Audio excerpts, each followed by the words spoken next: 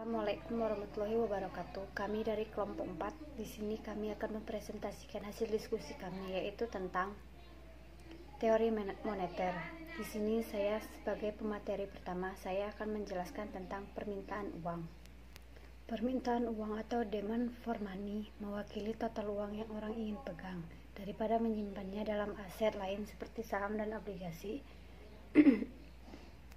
Bank-bank sentral mencoba mencocokkan jumlah uang beredar dengan permintaan mereka untuk mengendalikan inflasi. Alasan menuntut uang, 3 motif untuk menyimpan uang. Yang pertama, motif transaksi, motif kehati-hatian, dan motif spekulasi. Selanjutnya yaitu faktor-faktor yang mempengaruhi permintaan uang. Ekonom menjelaskan bahwa permintaan uang adalah fungsi dari pendapatan dan harga. Ceteris paribus, ketika pendapatan naik, permintaan akan meningkat. Demikian juga ketika harga naik atau inflasi, orang membutuhkan lebih banyak uang untuk membeli jumlah barang dan jasa yang sama. Frekuensi dan ukuran rata-rata transaksi mempengaruhi permintaan. Ketika keduanya meningkat, orang membutuhkan lebih banyak uang untuk pembelian.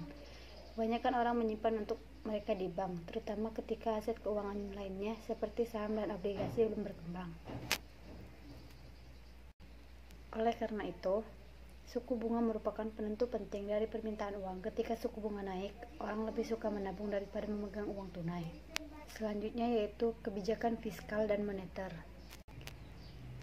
Kebijakan fiskal merupakan langkah-langkah yang dilakukan pemerintah untuk mengelola dan mengarahkan perekonomian agar bergerak ke arah yang lebih baik atau yang diinginkan dengan cara mengatur penerimaan di sektor pajak dan pengeluaran pemerintah guna mempengaruhi pengeluaran agregat dalam perekonomian. Sementara kebijakan moneter dapat dipahami sebagai langkah-langkah yang dilakukan oleh bank sentral untuk mencapai dan memelihara stabilitas nilai mata uang melalui pengendalian jumlah uang beredar dan penetapan suku bunga. Dengan menurunkan atau mengurangi pajak dan meningkatkan pengeluaran pemerintah, perekonomian bisa berangsur membaik. Logikanya, jika pungutan pajak berkurang, maka pendapatan yang diperoleh masyarakat tidak hanya tersita untuk beban pajak, sehingga daya beli masyarakat bisa terdongkrak naik. Tak hanya dengan kebijakan fiskal, tingginya tingkat pengangguran yang mengakibatkan daya beli rendah juga dapat diatasi dengan menerapkan kebijakan moneter. Bank sentral, yakni Bank Indonesia, dapat menurunkan tingkat suku bunga guna menarik minat investor untuk menambah penanaman modal. Pada prinsipnya, penerapan kebijakan moneter bertujuan untuk mencapai keseimbangan internal yang mencakup pertumbuhan ekonomi yang tinggi, stabilitas harga, dan pemerataan pembangunan dengan keseimbangan eksternal, yaitu neraca pembayaran internasional. Perkenalkan, nama saya Bella Aprilia, NPM 1951020032. Saya sebagai pemateri kedua akan menjelaskan tentang mekanisme transmisi kebijakan moneter dan uang dan inflasi. Tujuan kebijakan moneter. Tujuan kebijakan moneter, Bank Indonesia memiliki tujuan untuk mencapai dan memelihara kestabilan nilai rupiah. Tujuan ini sebagai tercantum dalam Undang-Undang Dasar Nomor 23 Tahun 1999 tentang Bank Indonesia yang sebagaimana diubah melalui Undang-Undang Nomor 3 Tahun 2004 dan Undang-Undang Nomor 6 Tahun 2009 pada pasal 7. Kestabilan rupiah yang dimaksud mempunyai dua dimensi. Dimensi pertama, kestabilan ini nilai rupiah adalah kestabilan terhadap harga-harga barang dan jasa yang tercermin dari perkembangan laju inflasi. Sementara itu, dimensi kedua terkait dengan kestabilan nilai tukar rupiah terhadap mata uang negara lain. Indonesia memiliki sistem nilai tukar mengambang free floating. Namun, peran kestabilan ini tukar sangat penting dalam mencapai stabilitas harga dan sistem keuangan.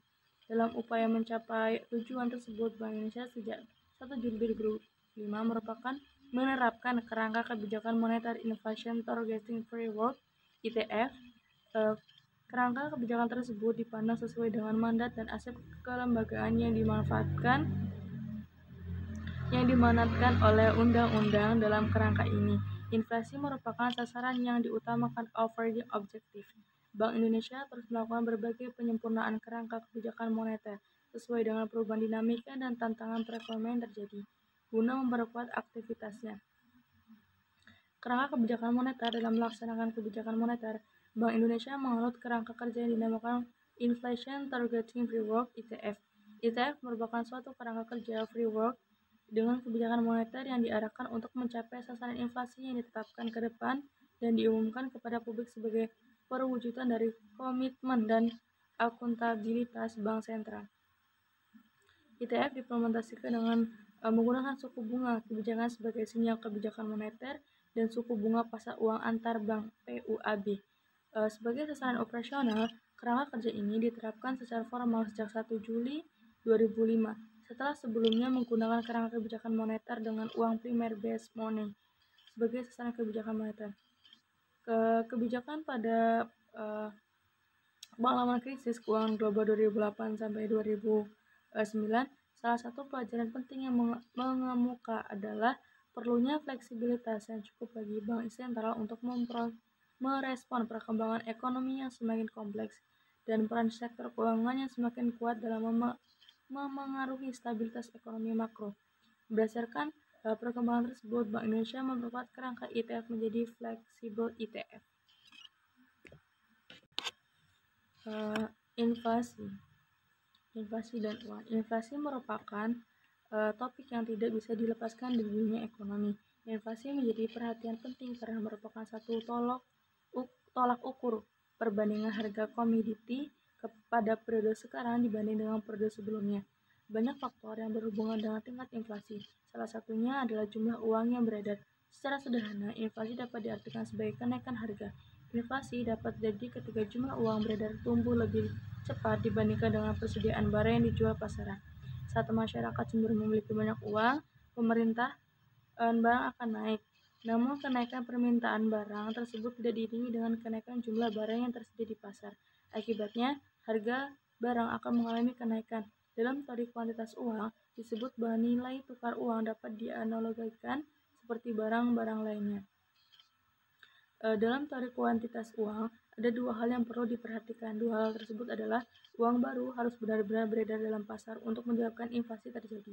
Inflasi merupakan hal yang relatif dan tidak absolut. Dua hal tersebut menuntut pemahaman bahwa harga akan cenderung lebih tinggi dari yang seharusnya jika lebih banyak uang yang terlibat dalam transaksi ekonomi. Assalamualaikum warahmatullahi wabarakatuh. Saya akan melanjutkan materi bab 6, yaitu yang E, kebijakan moneter. Pengertian dan pengaruhnya terhadap bisnis ada dalam konteks ekonomi makro. Kesuksesan sebuah bisnis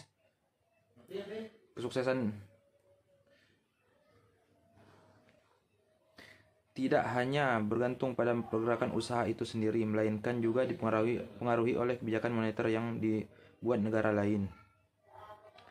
Jika paham lebih jauh, sebenarnya kebijakan ini juga bisa mengunjung langsung dan kesuksesan bisnis Anda. Pemeliharaan nilai mata uang sebagai bank sentral yang ada di Indonesia belum memiliki otoritas fiskal guna mengatur nilai tukar mata uang rupiah dengan mata uang asing. Jika bank mengeluarkan lebih banyak uang cetak, maka secara tidak langsung hal ini akan membuat nilai tukar mata uang tersebut cenderung lebih murah. Manajemen inflasi. Selain mengatur nilai mata uang, kebijakan ini juga bertujuan untuk memanajemen tingkat inflasi. Pengangguran. Teratasinya masalah pengangguran ternyata juga menjadi salah satu tujuan dari adanya kebijakan ini. Yang F, yaitu manajemen inflasi. Selain mengatur nilai mata uang, kebijakan ini juga bertujuan untuk manajemen tingkat inflasi. Bagaimanapun, tingkat inflasi yang terlalu rendah atau tinggi tidak cukup baik bagi perekonomian sebuah negara, karena harus selalu dipantau dan bahkan diatasi dengan adanya kebijakan tertentu. Pengangguran. Teratasinya masalah pengangguran ternyata juga menjadi salah satu tujuan dari adanya kebijakan ini. Menaikkan suku bunga modal asing akan keluar dari EM menyebabkan pelemahan mata uang dan berdampak besar terhadap tingkat harga di dalam negeri. Perekonomian negara berkembang terpengaruh oleh kemurahan hati bank sentral negara besar, kata Nariman Bah Rapes, kepala ekonomi IHS Markit. Hasilnya adalah suku bunga yang lebih tinggi dibanding inflasi dan mata uang yang kuat. Ini adalah kombinasi yang memiliki bagi inspektor pemburu hasil investasi yang lebih tinggi. Sekian materi yang dapat saya sampaikan. Lebih kurang mohon maaf. Wabillahi taufiq wal hidayah. Wassalamualaikum warahmatullahi wabarakatuh.